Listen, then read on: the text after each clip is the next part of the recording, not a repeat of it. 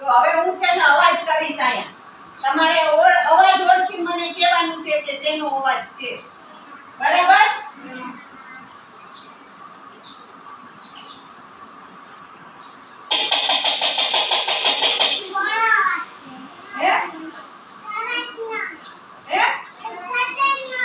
પણ આ શું મેં વગાડ્યું?